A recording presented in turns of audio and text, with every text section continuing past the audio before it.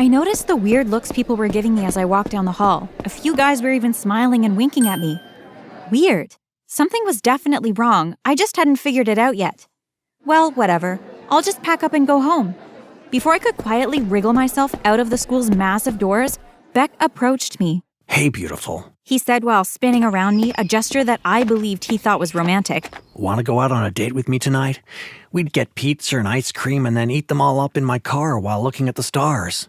Beck wasn't all that, but he wasn't that bad either. Besides, I didn't have anything interesting to do tonight, so I decided to accept.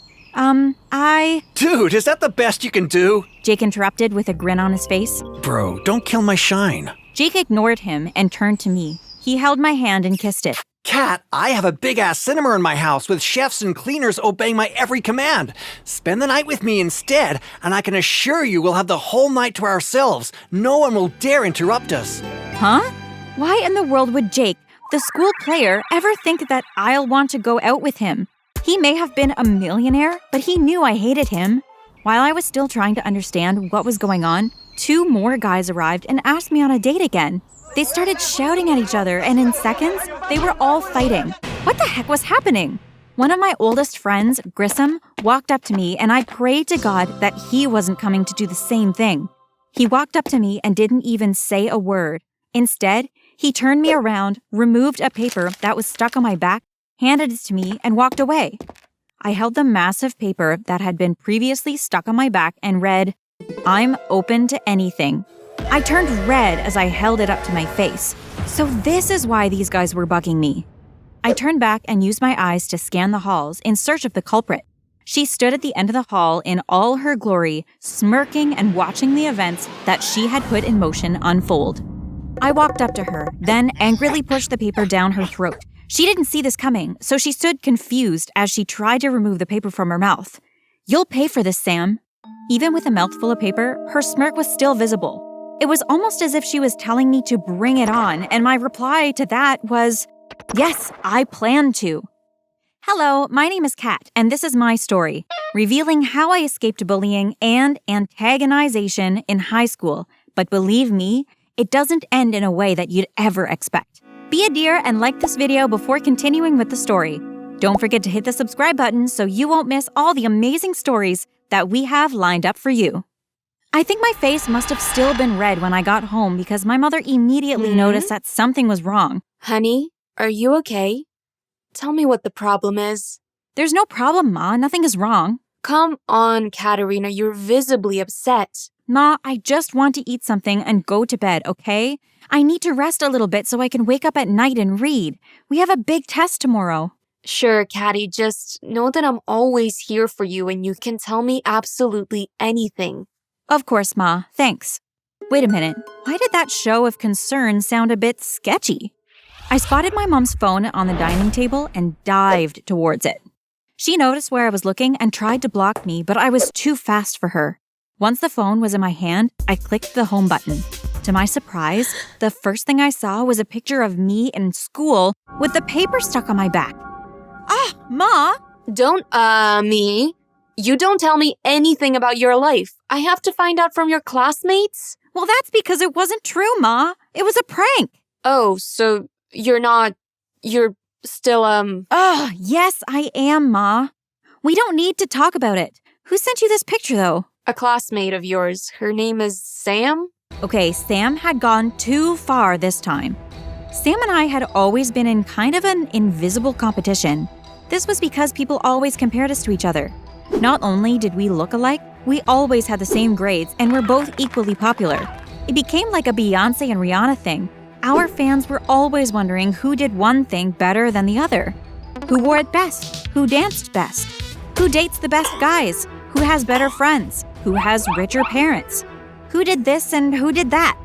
We hardly ever spoke to each other, but we knew what was going on behind the scenes.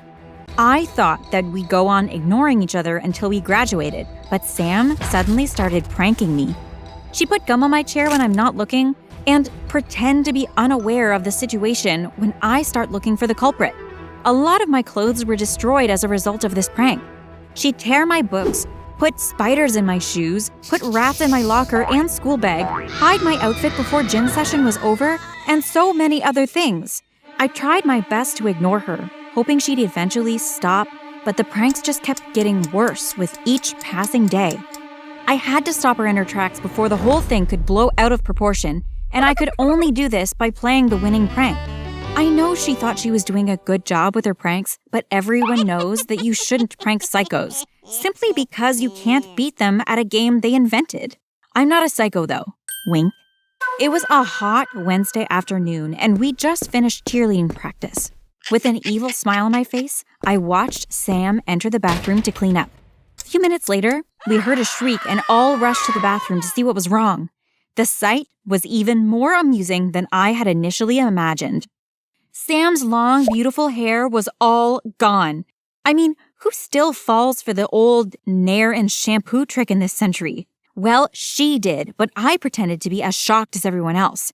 We both shared a look, and it was obvious that she knew I did it, but she didn't say anything. I wasn't done with her, though. I had more pranks up my sleeve. I'd put gum in her hair when she's sleeping, fill her bags with stones instead of books, and much more. The next day, Sam came to school with a wig which I accidentally removed while walking past her in class. The guys who were still unaware of Sam's baldness at this time were astounded. They started laughing and throwing spitballs on her bald head, and eventually slapping it, despite the fact that I was begging them to stop as it was enough. Sam left school immediately, crying and shaking, leaving her wig on the floor. Feeling bad, I picked up the wig and followed her, hoping to apologize, but what I saw in her house made me even more angry. Sam was always begging about her mansion and rich parents. She insulted everyone that she felt was below her and always called me poor because I came from a middle-class family. But I had followed her home for the first time, and the home that was in front of me was a trailer. I was so mad. The next day, I gave Sam a grand welcome and apologized to her, giving her back her wig and telling her to use it instead of the new one she came with, because the old one made her look prettier. Sam went to the bathroom and came back with the old wig, smiling and thanking me, but she was in for a surprise. A few minutes later, tiny ants started crawling out of the wig, filling Sam's face. She tried to remove the wig, but it was stuck on her head. It couldn't come off. She tried to run to the bathroom, but she couldn't stand up. She was glued to her seat. She started scratching her face profusely, injuring her whole face. She struggled to stand up from her seat, but ended up tearing her skirt in the process, exposing her undies. She managed to run to the bathroom without her skirt, while the whole class laughed and cheered. I just sat at my desk in the corner, silently watching the whole thing unfold. Sam was a bully. She had hurt everyone in the class one way or the other, so everyone was glad that she was finally getting a taste of her own poison. Unfortunately, an ambulance had to be called because Sam had scratched her face badly. The ants left bumps all over her face, and only doctors could carefully remove the wig from her head. I went to Sam's hospital room to gloat, but she told me to get out. I refused, and since no staff was around, no one could chase me out. I explained that I knew about her trailer house, and that if she didn't want the whole school to find out, she'd have to become my slave and do whatever I wanted. She was shocked and scared, but had no other choice than to accept. This was how Sam became my personal guinea pig. Unfortunately, she gave up after a month, making me mad. I decided to sneak to her trailer and take pictures to show the whole school, but on getting there, I noticed that Sam's mother was mentally unwell, and Sam was the one paying her bills. They noticed me perched on the window and invited me in. Sam explained that she was only mean and pretending to be rich because the school would kick her out if they knew that she was the breadwinner of the family. She was a famous YouTuber and had enough money to buy a mansion, but she couldn't because all her millions were going into giving her mother the best treatment possible. She had to lie about being rich and be mean to people because that was what was selling her brand and merchandise on YouTube. Running around being my slave stopped her from recording YouTube videos, so she was quitting the school and focusing on YouTube. I left without uttering a word, mostly because I didn't know what to say. On getting home, I decided to open up to my mother about everything and ask her what the best action to take was. My mother was angry with me at first, but she was also glad that I was remorseful, so she advised me to apologize to Sam and keep her secret. The next day, I walked up to Sam and apologized. To my utter disbelief, she rejected my apology and gave me a condition to earn her forgiveness. "What is it?" I asked, rolling my eyes. First of all, you're going to use shaving cream on your hair so you'd have a bald, shining head, just like mine. You're kidding, right? You wish. And that's not even all. There's no way I'm gonna do that. She ignored me and kept on talking. After shaving your head, you're going to walk around the school in your undies while showcasing your bald head. This is how you can make up for my embarrassment. I laughed in her face and left. When I got home, I told my mom about the conditions that Sam had given me, and she still encouraged me to do it. I agreed. While my mother was shaving my head, something occurred to me. Ma, what if this is still a prank that I'm falling for? What if Sam has a more embarrassing prank up her sleeve? Well, we'll always have in mind that you tried to be the bigger person. I walked out from Mom's car the next day with the school t-shirt, my bald head, my undies, and my school shoes. Everyone was so shocked, it looked like their eyes were about to fall off. Sam looked even more shocked. She obviously didn't think that I was actually going to go through with it. Everyone started insulting me and taking pictures, though. It was so bad that I didn't even know when I started crying.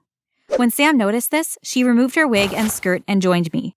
This made me feel better, and we shortly started playing and taking pictures for social media. This made a lot of other students join in the fun. It started with Grissom. He took off his trousers and left just his boxers on. He took pictures with us and posted it on Instagram with the hashtag School Underwear Day. Next thing, so many other people, boys and girls included, took off their skirts and trousers and joined in the fun. The hashtag quickly went viral. We took many pictures and videos and made one of our greatest high school memories.